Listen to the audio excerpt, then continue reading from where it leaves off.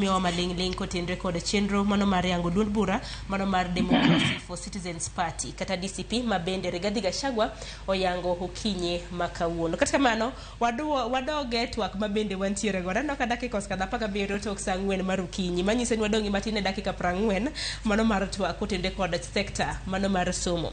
Zablon Awange aparo na ngadi kapok nwadhi e nyasi mano mar yango duond bura mar DCP niloso kotenre kod budget pok mar budget ni migawo mochung' weche mago mag somo chutho kaluore koda weche mabed jatend migawo mochung' weche mag omenda John Mbade ne olieko ni migawo mochung' weche mag somo jachiwne pesa mathoth emane nitie kaka omenda go samoro ojatigodo e yo marach ahinya king'iyo pok mar omenda mojachiwne penj e pacho kae.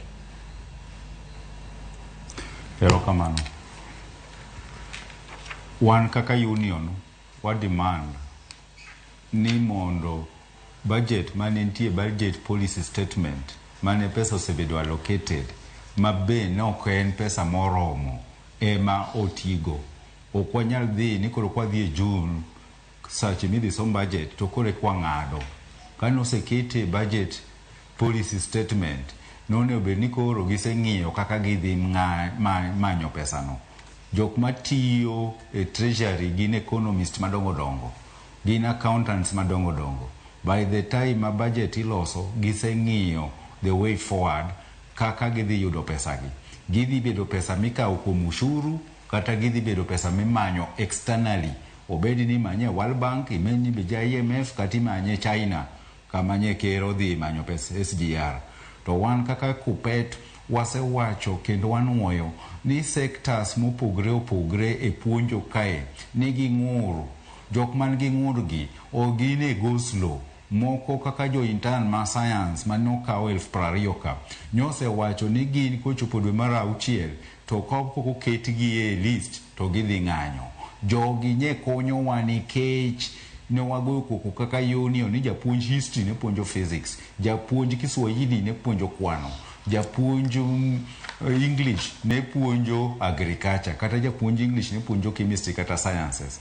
Koro to avoid such thing nikech nwamiyo nyithiwa arodin jopuonj 20,000 make science no bedo contracted for 1 year. Wadwaro ni pesa gi mano sekete budget policy statement cha to ker William Samoei Arap Ruto kanye wan Uhuru Gardens nyo wacho ni jopuonj idhi ndiki ni uru speech mar ker William Samoei Arap Ruto kanye otwak kodwa wan jotich gi jotend jotije Uhuru Gardens nyo wacho ni pesa ose allocate nyo ng'echo ni nondiko jomoko 46,000 ma en adier last year dwe mar 9 kendo sani ose allocate pesa ma idhi ndik godo jopuonj.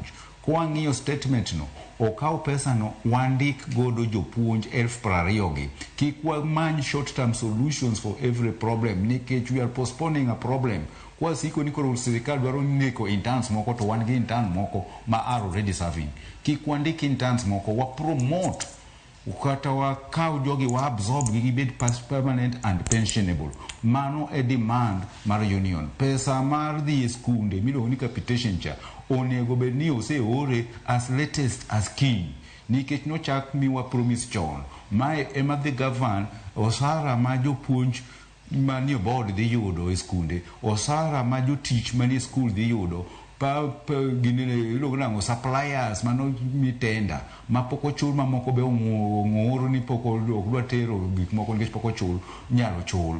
Then pesa mar activities ma migawo masomo dwaro no gineno sani onego be ni ose or by now kendo ok wanyal bet ni waikre matimo penj kama examiners poko chul moko se wuoyo kod office wa owacho ni gin ok gidhi nono penj kendo higani jopuonj kata madwaro dhi train be sani chuny gi osodok piny giwacho ni mae sandruok maberach idhi ninde double decker ma nyathi school inono penj nyathi school oseyudo results school osetero jopuonj Mombasa nyathino be osedonje mbalariany sani ng'eny gi nye donjo dwe mar 6 in ng'at mani nono penj ni poko chuli jopuonj mano mide barupe oboke mar promotion kata kane gitin negi yudo wach ni omigi nigi kalo interviews jo D1 D3 C5 jogi duto sani rito oboke matero gi stations mopogre opogre ma gidhi bede jotelo, either gidhi bedo deputy principal kata gidhi bedo principal.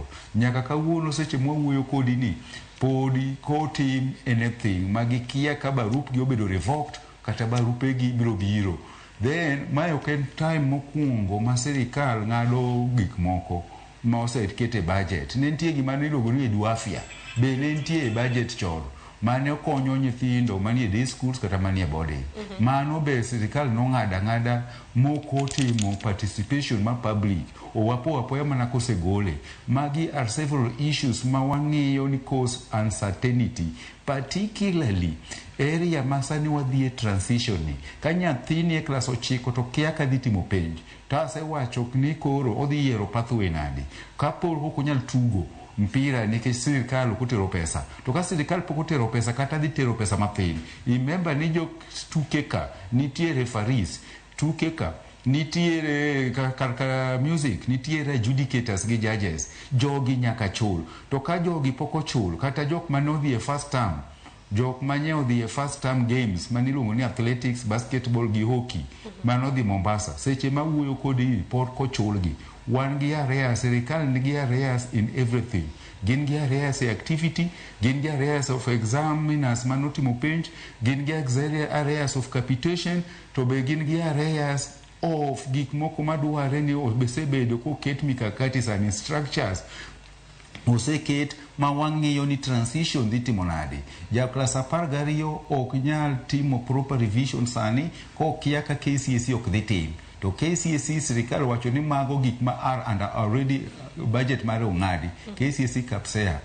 We are joking with fire. To wakwayo sirikal ni mae is not a joke. Wach mar somo ni issues of pesa nyaka ket. Wayie ni sector masomo ema tiyo gi pesa mang'eny, ema gikawo pesa mang'eny e budget. To it is because a generation kata society moko puonjo nyithindgi, mano is a low society. Kata chon e African societies nyithindo ni puonjoga, to sani wan gi modern type of teaching mae manyaka bed factored in. Ok wanyal keta ni waketo pesa mang'eny e lweny to pok waketo pesa e somo. Nyithindo gi e part and parcel.